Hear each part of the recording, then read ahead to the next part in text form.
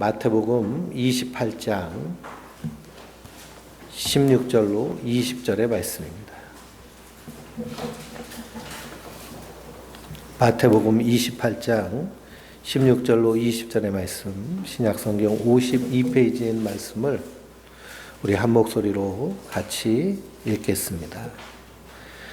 11 제자가 갈릴리에 가서 예수께서 지시하신 산에 이르러 예수를 배웠고 경배하나 아직도 의심하는 사람들이 있더라. 예수께서 나와 말씀하여 이르시되 하늘과 땅의 모든 권세를 내게 주셨으니 그러므로 너희는 가서 모든 족속을 제자로 삼아 아버지 아들과 성령의 이름으로 세례를 베풀고 내가 너희에게 분부한 모든 것을 지키게 하라. 볼지어다 내가 세상 끝날까지 너희와 항상 함께 있으리라 하시니라. 아멘. 귀한 박민심 집사님 특송하시겠습니다.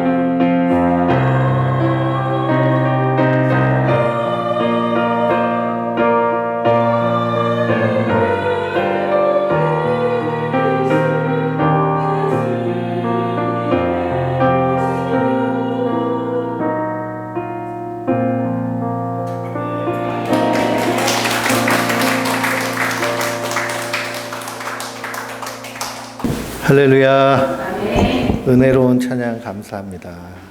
찬양은 실력으로 부르는 것이 아니고요, 은혜로 부르는 거예요.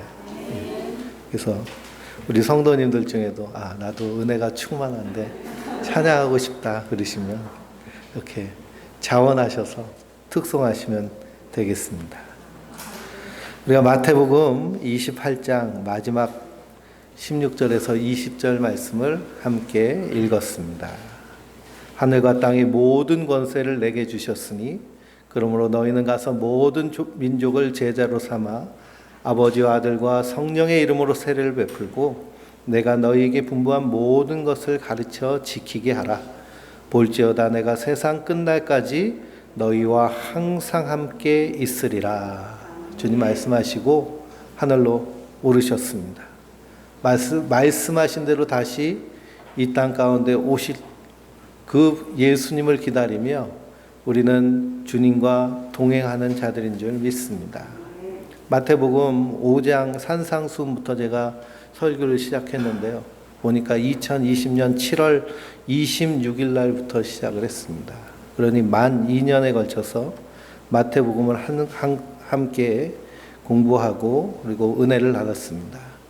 마태복음을 읽으면서 무엇이 나에게 남는가? 꼭 남아야 되는 것이 있는데요. 단 하나만 기억하시면 됩니다. 그게 뭘까요? 하나님 나라입니다. 하나님 나라. 회개하라, 천국이 가까이 왔느니라. 마태복음 4장을 보면 예수님께서 공생애를 시작하시면서 첫 하신 말씀이 회개하라, 천국이 가까이 왔느니라. 천국이 하나님 나라, 그 하나님 나라를 우리가 이 땅에서 미리 살아내며 그 하나님 나라를 기다리는 자들이 성도들인 줄 믿습니다. 그 하나님의 나라는 차별이 없는 나라, 그 하나님의 나라는 사랑의 나라, 그 하나님의 나라는 믿음으로 가는 나라. 그런데 그 하나님 나라에 들어가려면 반드시 뭐가 있어야 될까요? 회개함이 있어야 됩니다. 회개하라, 천국이 가까이 왔느니라. 회개해야 들어가는 나라가 하나님 나라. 회개해야 들어갈 수 있는 그 하나님 나라가 아들의 나라입니다. 그럼 무엇을 회개해야 될까요? 하나님이 주인이신데 내가 주인 노릇한 것은 날마다 십자가 앞에 나와서 회개해야 됩니다. 아무 데서나 회개해서는 안 되고요. 예수님 십자가 앞에 나와서 회개해야 됩니다. 그 십자가 앞에서 내가 죄인임을 깨닫고 그 십자가에 달려 죽을 죄인이 난데 예수님이 나 대신 십자가에 달려 죽으심으로 내가 구원받은 용서받은 죄인임을 믿고 이제는 내가 내 인생의 주인으로 사는 게 아니라 예수님이 나의 주인으로 살 때 내 안에서 시작되는 나라가 하나님 나라인 줄 믿습니다. 우리 안에서 살아계셔서 역사하십니다. 그러면 마태복음은 하나님 나라에 대해서 예수님께서 우리에게 알려주시고 그 나라를 자기의 몸으로 친히 세우시고 우리를 그 하나님 나라 그리스도의 몸으로 삼으셔서 함께 세워나가시는 줄 믿습니다. 이 마태복음은 예수님의 제자 중에 한 명인 마태가 쓴 복음서입니다. 마태는 세리죠. 마태복음 9장 9절에 보면 마태라 하는 사람이 세관에 앉아 있는 것을 예수님이 보시고 나를 따르라 라고 하십니다. 그랬더니 그 세관 자리를 박차고 내버려두고 예수님을 따랐어요. 그랬더니 사람들이 수군수군거립니다. 저 예수는 맨날 죄인들하고 함께 다닌다. 세리는 당시의 유대인들에게는 매국노와 같은 그런 사람들입니다. 그래서 그들을 죄인이라고 여겼어요.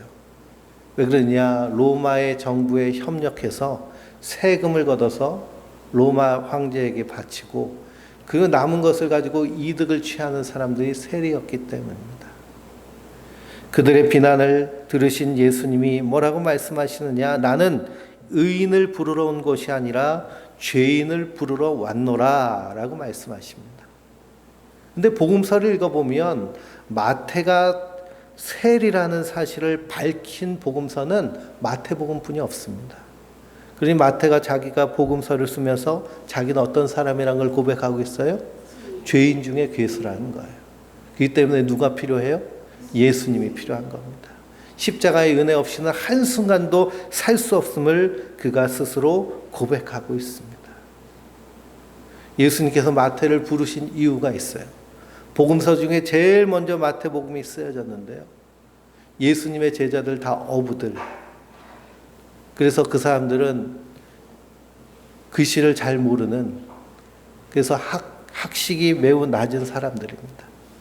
사도 요한이 요한복음을 쓰고 그리고 요한 1, 2, 3서를 쓰고 요한계시록을 썼지만 학자들이 그가 직접 쓴 것이 아니라 요한의 제자들이 요한 사도의 그러한 말을 받아서 그래서 기록한 것이 요한 공동체의 복음서다라고 이렇게 보고 있습니다. 그러나 마태복음은 마태가 직접 쓴 것으로 학자들이 보고 있습니다.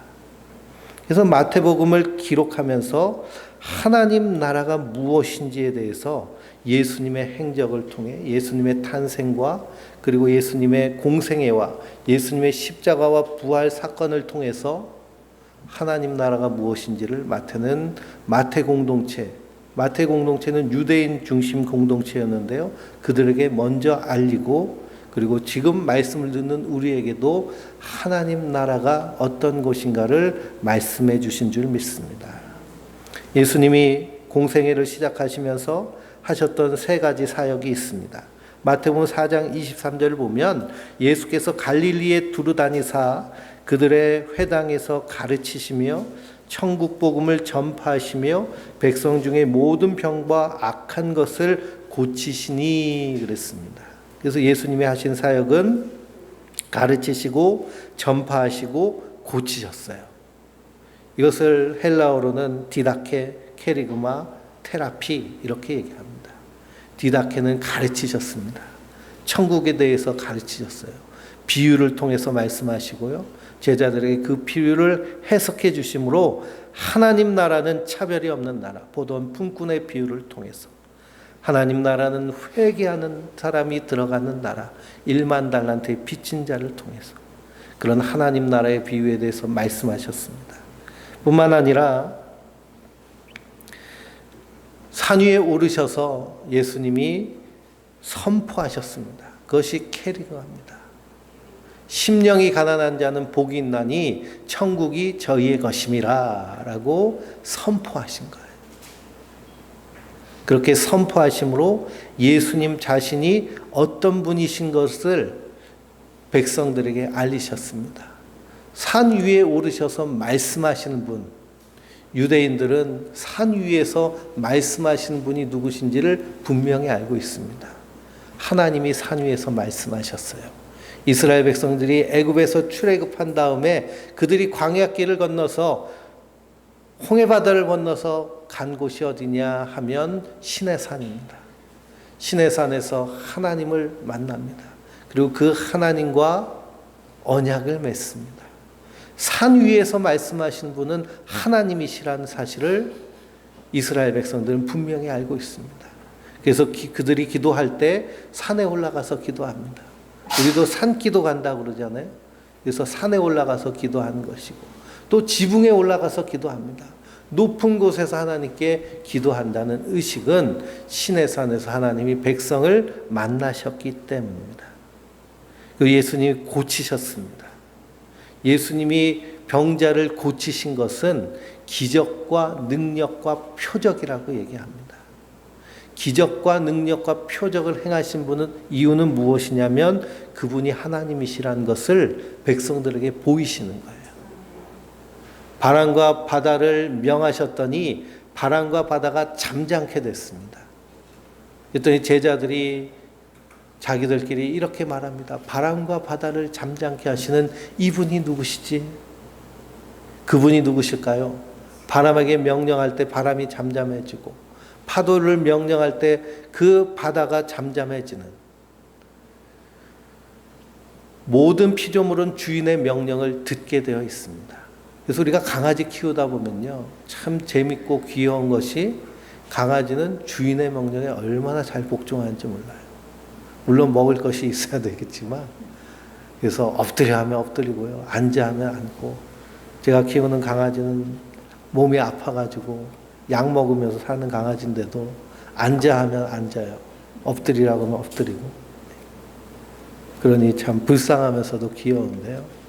피조물은 주인을 알아봅니다. 오직 누구만 못 알아볼까요? 예? 인간만 못 알아봐요. 그런데 바람과 바다도 주인이 명령할 때 그 주인의 명령에 복종합니다. 그런데 놀랍게도 하나님의 택한 백성은 주인, 목자 대신 그 목자의 음성을 듣고 주께 나오게 되는 줄 믿습니다. 그것이 하나님의 은혜입니다. 그래서 디다케, 케리그마, 테라피를 통해서 예수님이 우리에게 하신 말씀은 내가 나다. 유대인들에게 하신 말씀이 내가 나다. 나는 스스로 있는 자다라고 하는 모세를 부르실 때 불타는 떨기나무 아래서 모세에게 나는 나다, 나는 스스로 있는 자다를 헬라 히브리어로 직역하면 나는 나다, 야 나야. 그 하나님이 사람이 돼서 유대인들에게 오셔서 가르치시고 선포하시고 그리고 고치시면서 백성들에게 뭐라고 하시는 거예요? 야, 내가 바로 나야. 너희가 기다리던 메시아, 너희가 기다리던 그리스도가 바로 나야. 그런데 그 유대인들은 이 예수님을 영접했나요? 영접하지 않고 오히려 십자가에 못 박아 죽였습니다. 그러나 그 예수님의 십자가는 유대인들뿐만 아니라 온 인류를 구원하시기 위한, 하나님의 택한 백성을 구원하시기 위한 하나님의 능력이고 하나님의 비밀인 줄 믿습니다. 우리가 산상수훈을 통해서 예수님이 말씀하십니다. 그 예수님의 말씀은 율법을 완성시키시는 거예요. 너희가 율법 조항 몇 가지를 지킨다고 해서 하나님 앞에 의롭다함을 받는 것이 아니라는 겁니다. 우리 인생은 전적으로 불의하고, 그래서 예수님이 산상수훈의 말씀을 마치시고 제일 먼저 고친 사람이 나병 환자입니다. 나병 환자는 사람이 고칠 수 없는 저주받은 질병이에요.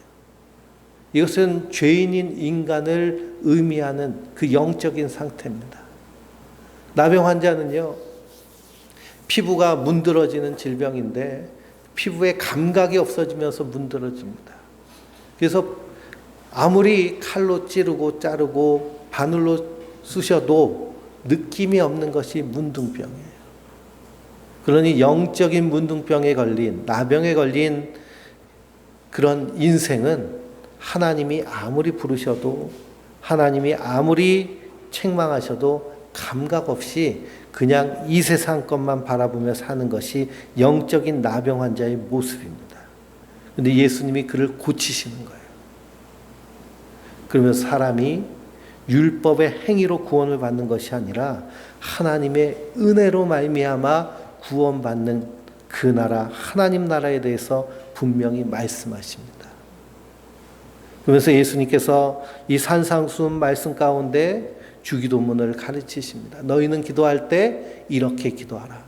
하늘에 계신 우리 아버지여, 이름이 거룩히 여김을 받으시오며 나라가 임하시오며 뜻이 하늘에서 이루어진 것 같이 땅에서도 이루어지리이다. 이 하나님을 향한 기도. 그러니 우리 모든 종교는 기도를 얘기하고 있지만 우리 기독교 예수님은 기도할 때 누구를 위해 기도하라는 거예요? 하나님을 위해 기도하라는 겁니다.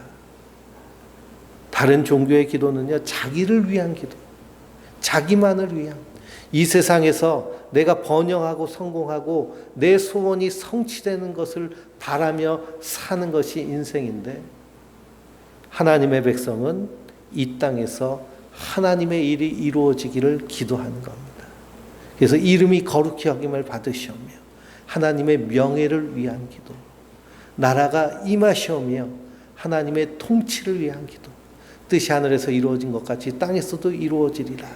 하나님의 일하심, 하늘에서 하나님을 대적하는 그 천사, 악한 마귀를 쫓아내셨듯이 이 땅에서도 공중권세 잡고 있는 마귀를 쫓으시고 새하늘과 새 땅을 여셔서 하나님 구원하실 것을 소망하는 하나님의 사역에 대한 기도, 일용할 양식을 주시옵고, 그것은 우리의 생활 방식이 하루하루의 삶인데요, 날마다 하나님의 은혜, 하나님의 사랑만을 충만히 받아 누리며 살기를 원하는 성도의 기도, 그리고 우리가 우리에게 죄진 자를 사하여 준 것 같이 우리의 죄를 사하여 주시옵고 하는 기도는 관계에 대한 기도예요.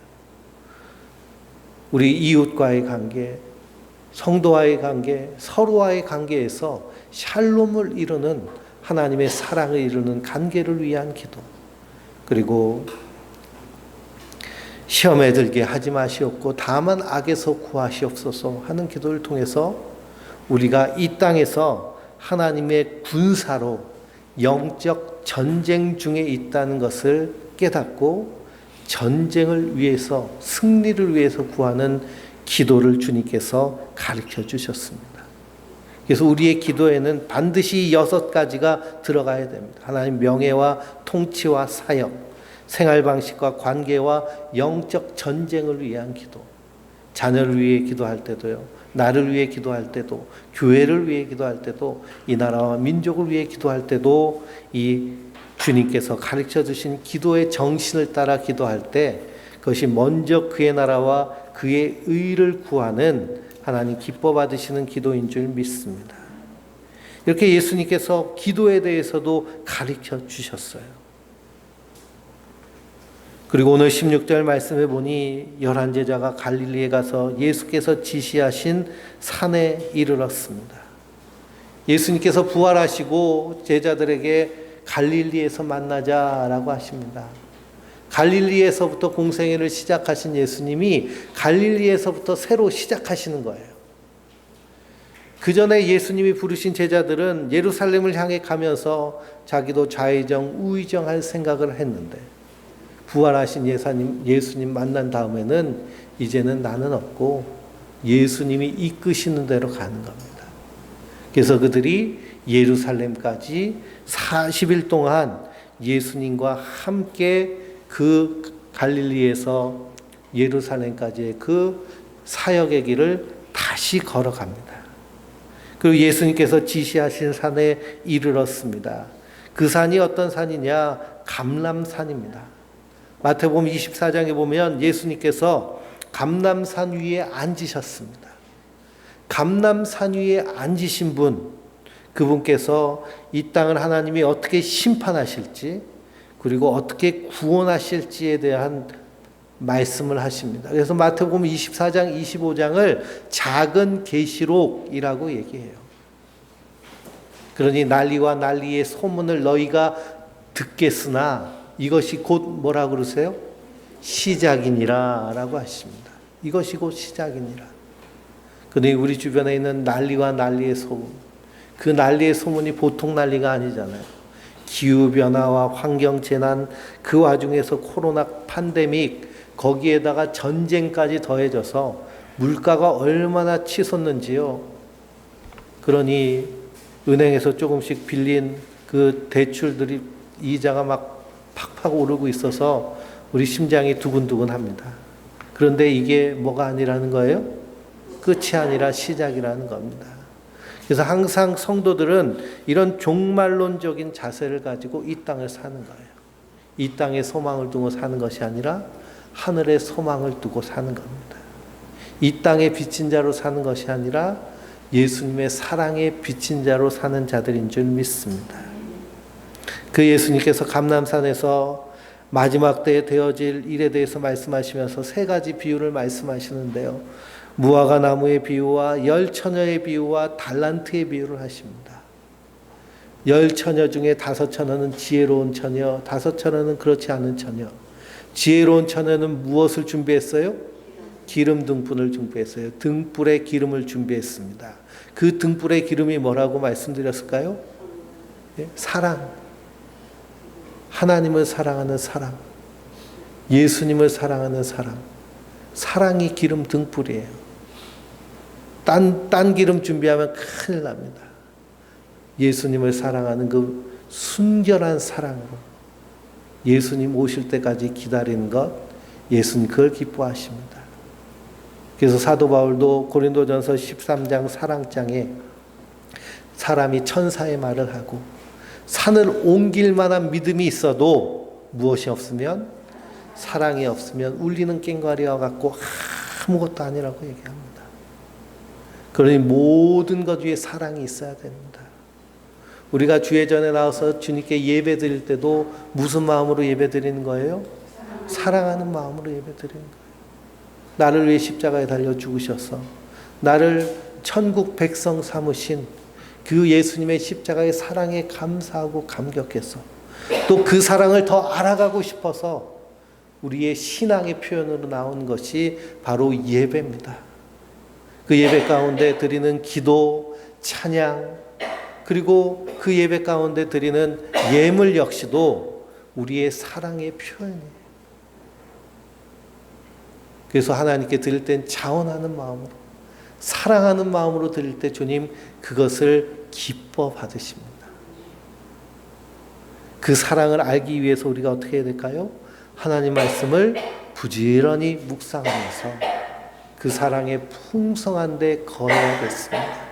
수고하고 무거운 짐진 자들아 다 내게로 오라, 내게 너희를 쉬게 하리라 분명히 말씀하셨습니다. 달란트 비유에서도 주님께서 우리에게 주신 달란트가 뭐예요? 달란트는 우리의 기술적인 재능 그런 것이 아니고요. 사랑이에요, 사랑. 딴 것을 달란트라고 얘기하고, 내가 너보다 좀 낫다, 내가 너보다 더 배웠다, 그런 것을 마치 달란트처럼 얘기하는데요. 그 달란트 바로 사랑입니다.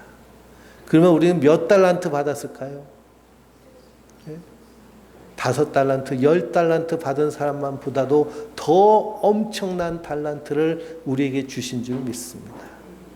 그래서 그 사랑으로 행하는 거예요. 그 사랑으로. 그래서 믿음과 소망과 사랑 늘 있을 것인데 그 중에 제일은 무엇이라? 사랑이라. 왜 그러냐? 하나님은 사랑이시기 때문에.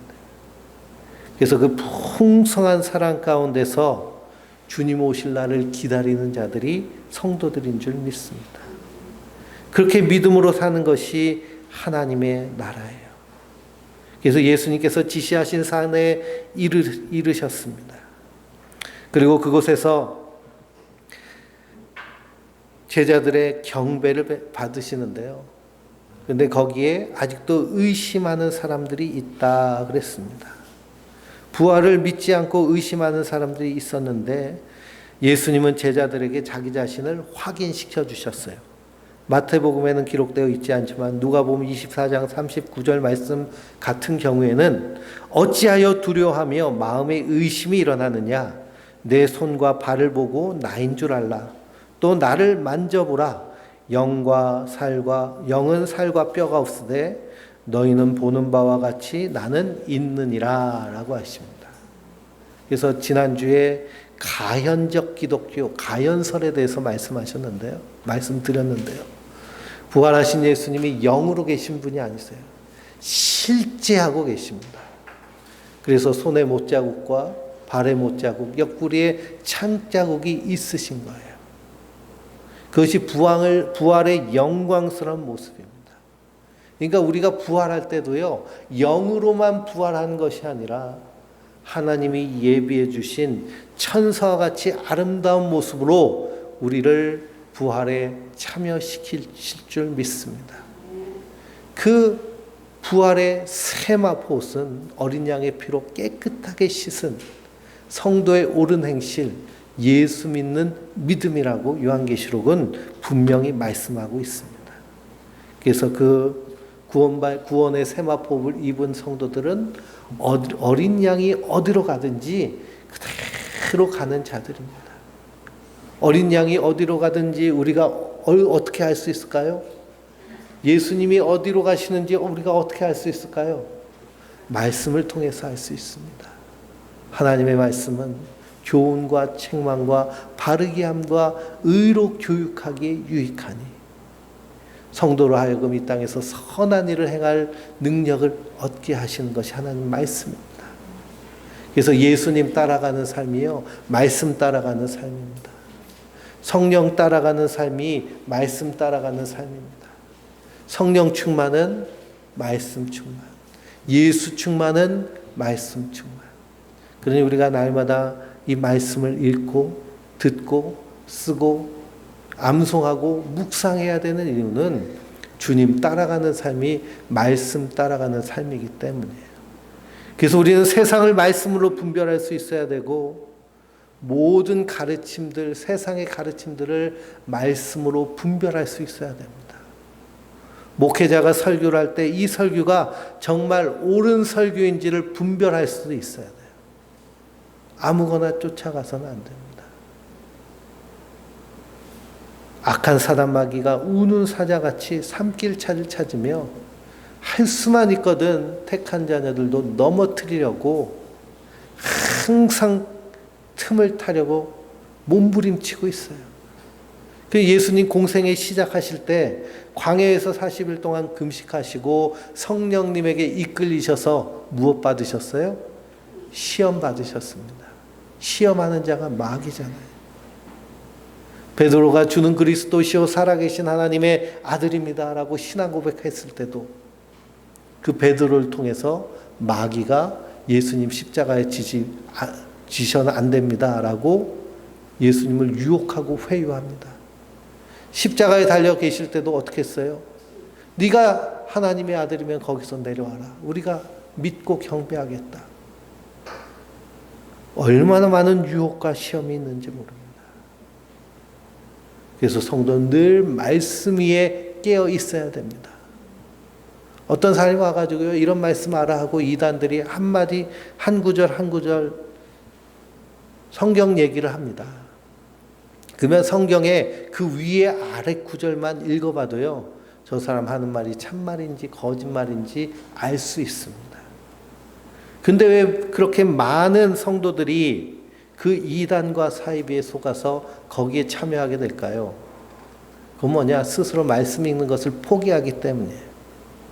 예수님 따라가는 것을 포기하기 때문입니다. 제자가 되는 것을 포기했기 때문이에요. 그럴 때 마귀는 언제든지 삼키려고 미끼를 걸고 낚시질하고 있는 거예요. 그래서 성도는 늘 깨어서 말씀에 충만한 자들이 성도들인 줄 믿습니다. 그래서 부활하신 예수님이 제자들에게 나와서 말씀하십니다. 하늘과 땅의 모든 권세를 내게 주셨으니 라고 하십니다.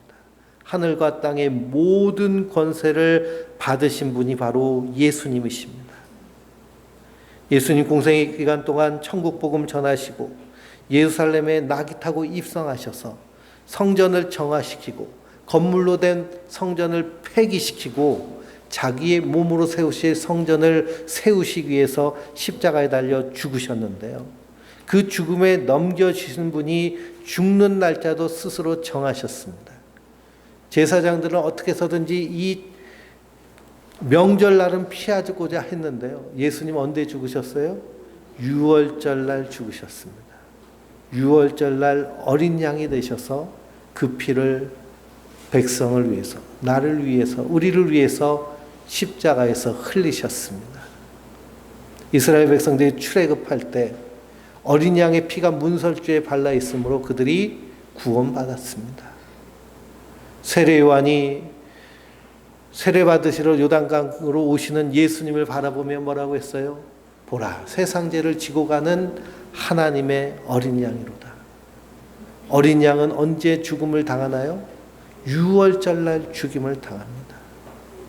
그래서 율법서에 출애굽기에 나와 있는 유월절 어린 양이 문설주에 피가 발라지는 것은 바로 예수님의 십자가에 대한 그림자로 우리에게 보여주신 거예요.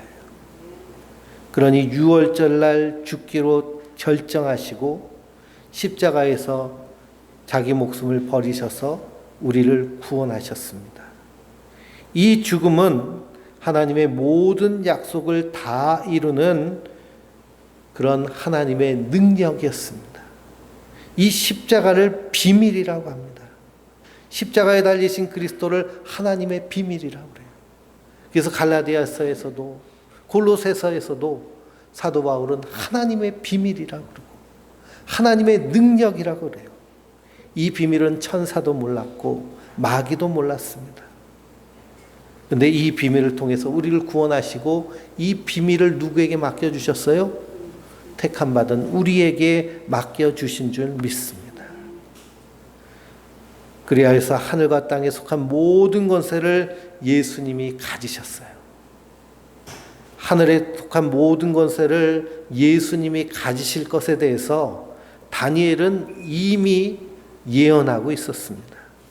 다니엘서 7장 13절에서 14절을 보면 내가 또 밤 환상 중에 보니 인자 같은 이가 하늘 구름을 타고 와서 예척부터 항상 계신 이에게 나아가 그 앞으로 인도됨에 그에게 권세와 영광과 나라를 주고 모든 백성과 나라들과 다른 언어를 말하는 모든 자들이 그를 섬기게 하였으니 그의 권세는 소멸하지 아니하는 권세요 영원한 권세요 그의 나라는 멸망하지 아니할 것이니라 그랬습니다.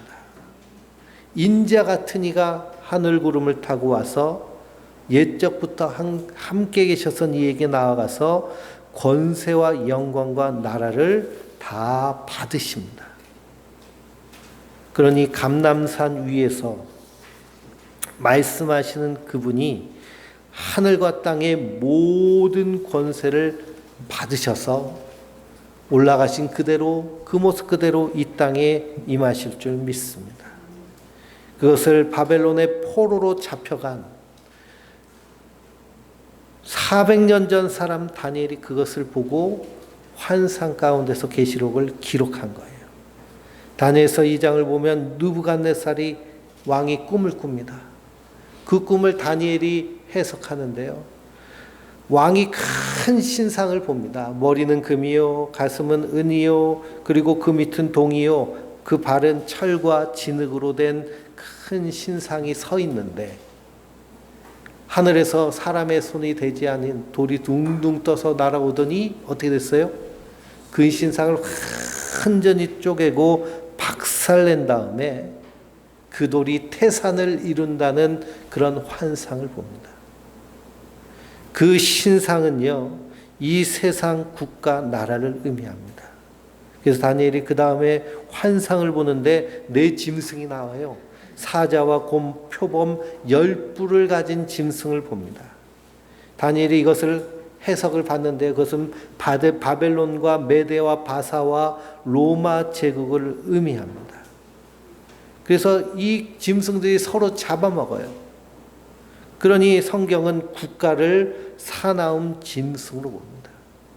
세상 권세와 권력을 누가 가지고 있어요? 국가들이 가지고 있잖아요. 그래서 우크라이나랑 러시아랑 전쟁을 하는데요. 전쟁을 누가 멈출 수 있어요? 그 국가의 우두머리가 멈출 수 있잖아요. 세상 권세는 그렇게 돌아갑니다. 하나님 그걸 악하게 보시는 거예요. 왜 그러냐? 그 권세도 하나님께서 주신 것인데 하나님의 사랑과 공의에 따라서 세상을 다스리지 아니하고 자기의 욕심과 욕망에 따라서 세상을 다스리기 때문에 그렇습니다. 그런데 하늘에서 뜨인 돌, 산돌 대신 그리스도께서 그 세상을 깨트리시고 태산을 이루는 나라, 그 나라가 바로 하나님의 나라인 줄 믿습니다. 너희가 세상에서 환난을 당하나 담대하라. 내가 세상을 이기었노라. 주님 분명히 말씀하셨습니다. 예수님은 십자가에서 죽음으로 세상을 이기신 거예요. 성도도 그 예수님 따라서 예수와 함께 죽고 예수로 함께 살아서 세상을 이긴 자들인 줄 믿습니다. 그러니 이긴 자는 이만희가 아니고요. 예수님이 이긴 자예요. 이긴 자는 신천지가 아니라 누가 이긴 자예요? 그리스도인 내가 이긴 자예요. 어디다가 이긴 자를 갖다 붙여요. 그러니 이단 사이비들, 저 일본은 통일교 때문에 지금 난리가 났습니다.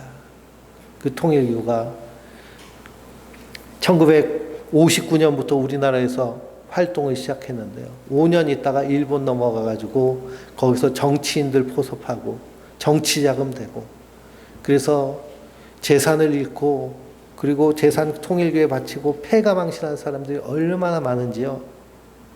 그래서 이 아베라는 사람은 그 통일교의 정치 자금을 받고서는 그 가문이 일본의 아주 유력한 정치인 가문이 되고 거기다가 통일교에다가 돈 갖다 바친 사람들은 패가망신해서 그 아벨을 암살한 그 사람은요, 그 어머니가 통일교에서 다 갖다 바치고 그 형과 그 암살범 둘이 형제가 이제 남았는데요. 먹을 것이 없어가지고 이웃들에게 동냥하면서 살 정도로 가난하게 살고 장애가 있던 형은 자살하고 그 본인도 여러 번 하려다가 실패를 하고 그리고서는 내가 이 문제를 처리해야겠다 하고서는 처단한 사람이 아베입니다. 그러니 이런 이단 사이비들이 얼마나 국가사회에 침투해서 정치 자금 먹이고 그러면서 자기들의 반사 이득을 취하는지 우리가 보면 알 수 있습니다. 그래서 코로나 사태 때 대구에서 코로나로 인하여서 300명이 넘는 사람이 다 코로나에 희생을 당했는데요. 그래서 그 근원인 신천지를 압수수색하려고 하는데 누가 막았어요? 권력자들이 막았잖아요. 막은 이유가 뭘까요? 다 거기와 연결되어 있기 때문에 그런 겁니다. 이 세상이 얼마나 악한지, 마귀가 얼마나 틈타고 들어와서 그래서 하나님의 공의와 정의를 무너뜨리려고 하는지 모릅니다. 그러나 이런 악한 세상 가운데 우리를 어떤 사람으로 불러주셨어요? 하나님의 나라 백성 이긴 자로 불러주신 줄 믿습니다. 그래서 19절 말씀에 그러므로 너희는 가서 모든 민족을 제자로 삼아 아버지 아들과 성령의 이름으로 세례를 베풀라라고 하십니다. 그러니 예수님의 제자들의 사명은 무엇이냐 하면 모든 민족들에게 가서 제자를 삼는 거예요. 복음을 전해서 제자 삼는 겁니다. 누구의 제자 삼는 걸까요? 예수님의 제자 삼는 거예요. 대한민국의 제자 훈련으로 복음을 전하고 교회가 크게 부흥된 교회가 사랑의 교회입니다. 오카노 목사님이 열심히 제자 훈련을 하셨는데요. 그 밑에서 제자 훈련 받은 사람들이 나는 오카노의 제자다. 그걸 얼마나 자랑스럽게 얘기하는지 몰라요. 물론 선한 영향도 끼치지만요. 제자 훈련 받았으면 이제 누구의 제자가 돼야 되는 거예요? 예수님의 제자가 돼야 되는 거예요. 사람의 제자가 되라고 제자 훈련을 하는 것이 아니라 예수님의 제자, 하나님 나라 백성으로 바로 살기 위해서 제자 훈련을 해야 되는 줄 믿습니다. 그래서 우리도 1대1로 제자 훈련을 하잖아요. 처음에 시작하는 건 힘든데요. 하시면 좋습니다. 그래서 공부하면서 사는 얘기, 살아온 얘기 서로 나누면서 마음도 나누고 속에 쌓였던 것도 풀리고 인생이 정리가 돼야죠. 이 중년이 넘어가면서요. 호르몬의 변화가 옵니다. 그래서 여성은 갱년기가 오고 남성도 남성 호르몬이 급격하게 감소되면서 여성화돼요. 그러면서 막 정체성의 혼란이 와요. 사춘기 때처럼. 그럼 그때 어떻게 해야 될까요? 이제 하나님 부르실 그날까지 우리가 100세를 산다고 그러는데요. 재수 없으면 120세까지 살 수 있다고 그래요. 그 인생을 어떻게 준비하며 살 것인가. 아프면서 몸도 아픈데 마음까지 아프면서 120세를 살 것인가. 안 그러면은 정말 생명력 있게 새벽 이슬 같은 주의 청년처럼 시편의 시인이 고백한 새벽 이슬 같은 주의 청년은요. 나이가 어리다고 청년이 아니고요. 그 심령과 영혼이 청년과 같이 그렇게 새로운 사람들, 구원받은 성도를 의미합니다. 주님 부르실 때까지 정말 알뜰하게 쓰임받다가 주님 나라에 영원히 살 것인지 그러려면 우리 인생이 정리가 잘 돼야 돼요. 그러기 위해서 삶 공부를 하시면 참 좋습니다. 그래서 제자를 삼는 거예요. 공부를 다 하신 분은 나 또 공부하고 싶어 그런 게 아니라 누군가를 붙잡아가지고 가르쳐야 돼요. 그래서 제자를 삼아야 됩니다. 내 제자 말고 예수님의 제자를. 그래서 자녀들을 붙잡고 삶 공부를 해보세요. 아들이 결혼하면 며느리가 들어올 거 아니에요. 딸이 결혼하면 사위가 들어오고. 그러면 그래도 며느리 사위는 말은 잘 듣잖아요. 그럼 데리고 제자 훈련하는 거예요. 그래서 하나님 나라를 가정에서부터 세워나가면 그 가정이 얼마나 행복하고 평안하겠습니까? 세상 풍파가 밀려올 때에도 우리 삶의 모든 사람 만나는 사람마다 그래서 청년들은 데이트하면서 제자 훈련을 같이 해야 돼요. 데이트하면서 영화 보고 카페에서 뭐 시덥잖은 얘기하고 그럴 것 없이 삶 공부를 같이 하면요 얼마나 좋아요. 하나님 나라를 꿈꾸며. 그러면서 하나님 나라 백성으로 사는 것이 성도들인 줄 믿습니다. 그래서 너희는 모든 민족을 제자로 삼아 아버지와 아들과 성령의 이름으로 세례를 베풀라라고 그랬습니다. 그러니 목사가 없을 때는 누가 세례를 베풀어야 돼요? 예, 우리 성도님들이 세례를 베풀어야 돼요. 여기 임종한 환자가 있는데 회심하고 예수를 믿겠다고 그래요. 숨이 컬떡컬떡 넘어가는데 목사님 빨리 오세요. 그럴 틈이 있어요, 없어요? 없죠. 그럼 어떻게 해야 될까요? 예, 담대하게 세례를 주셔야 되는 거예요.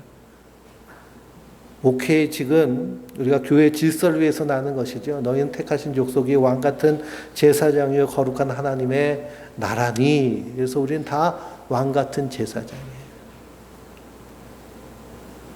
그래서 세례를 베풀고 내가 너희에게 분부한 모든 것을 가르쳐 지키게 하라 그랬습니다. 예수님이 분부한 모든 것이 하나님의 말씀 안에 담겨져 있습니다. 우리가 성경을 잘 공부하고 또 가르칠 수 있는 사람이 되어야겠습니다. 그러면서 볼지어다 라고 하십니다. 볼지어다. 볼지어다는 말은 봐봐라. 봐라. 내가 세상 끝날까지 너희와 항상 함께 있으리라 하십니다. 임마누엘 하시겠다는 거예요. 그래서 예수님께서 십자가에 달려서 운명하실 때 그 영혼이 떠나가시는데요. 그 영혼이 떠나가셨다는 말을 헬라어로 직역을 하면 그 영혼을 넘겨주셨다라고 번역을 합니다. 누구에게 넘겨주셨을까요? 예? 나에게 넘겨주셨어요. 우리에게 넘겨주셨어요. 성도에게 넘겨주셨어요. 그래서 우리의 예수의 영 되신 성령께서 우리 안에 거하고 계신 줄 믿습니다. 성도는 날마다 그분을 의시하며 그분이 인도하는 대로 따라 살 때 그 나라가 하나님 나라, 그 나라를 맛보며 사는 자들이 성도들인 줄 믿습니다. 그래서 우리는 보는 자예요. 내 안에서 누가 예수님이 일하고 계신지 안 계시는지. 이사야서 58장을 읽어보면 하나님이 선지자에게 말씀하십니다. 파수꾼을 세워라. 저 성벽 위에 파수꾼을 세워라. 그리고 내가 일하는지 쉬고 있는지 어떻게 하라는 거예요? 항상 보라는 겁니다. 파수꾼이 파수해라. 하나님의 일하심 무엇이냐? 하나님의 택한 백성들을 헵시바와 뷸라로 삼는 거예요. 헵시바와 뷸라는 한마디로 말하면 하나님의 신부 삼는 겁니다. 하나님의 일하심이 하나님의 신부 삼는 거예요. 그러기 위해서 하나님이 사람이 돼서 이 땅에 오셔서 십자가에 달려 죽으시고 부활하셔서 우리 안에 거하셔서 우리로 누구 삼으셨어요? 예수님의 신부 삼으셨습니다. 그래서 성도는 천국 백성들이에요. 그 예수님을 사랑하는 마음으로 이 땅에서 예수님의 사랑으로 살고 하나님의 공의로 이 땅에서 행할 때 그것이 하나님 나라 백성의 합당한 삶인 줄 믿습니다. 그러므로 우리는 다 주님 앞에 부름받은 제자입니다. 제자가 땡땡이 치면 어떻게 될까요? 제자의 역할을 잘하지 못합니다. 하나님의 명예, 이름에 먹칠을 할 수도 있습니다. 제자가 훌륭하면 누가 높임을 받아요? 스승이 높임을 받잖아요. 자녀가 훌륭하면 누구까지 같이 높아져요? 예? 부모까지 같이 높아지잖아요. 성도가 이 땅에서 하나님의 이름을 위해서 하나님의 말씀에 따라 살 때 그것이 하나님의 명예, 하나님의 통치, 하나님의 사역이 우리 안에서 풍성하게 영광받는 일인 줄 믿습니다. 그 일을 위해서 우리 안에서 지금도 일하고 계세요. 그분께 나의 삶을 드리고 맡기고 말씀이 이끄는 대로 순종하며 나아갈 때 우리의 삶 가운데도 하나님 나라가 기적과 같이 능력과 같이 풍성하게 나타나서 그래서 하늘의 소망으로 날마다 기뻐하며 감사하며 승리하는 그런 복된 삶이 될 줄 믿습니다. 그 삶을 날마다 누리는 주의 자녀들 되시길 주님의 이름으로 축원드립니다.